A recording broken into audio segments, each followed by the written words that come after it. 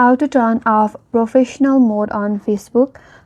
First of all, launch the Facebook application in a mobile device and make sure that you're logged in with your preferred Facebook account. Once you're on your home page, tap on the profile icon below the home icon from the top left corner. That's gonna take you to your profile page. So under your profile name, there are few buttons. So on next to advertise button, there is three dot button that you can see. Tap on it. So you will get to your profile settings page. Here, if you navigate at the very bottom, there is an option to turn off your professional mode. So tap on turn off professional mode, then tap on continue. Then again confirm it by tapping on turn off. And with that, your professional mode is turned off successfully. So you can close this.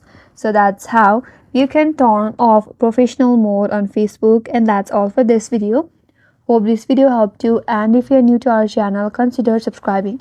Thanks for watching and stay tuned for more tutorials.